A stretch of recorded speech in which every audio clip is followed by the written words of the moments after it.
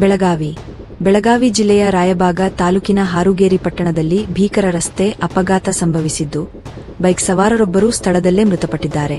ಈ ದುರ್ಘಟನೆಯಲ್ಲಿ ಮೃತಪಟ್ಟವರನ್ನು ಅಥಣಿ ತಾಲೂಕಿನ ಶೇಗುಣಸಿ ಗ್ರಾಮದ ಜಕ್ಕಪ್ಪ ಅರ್ಜುನ ಗಸ್ತಿ 52 ಎಂದು ಗುರುತಿಸಲಾಗಿದೆ.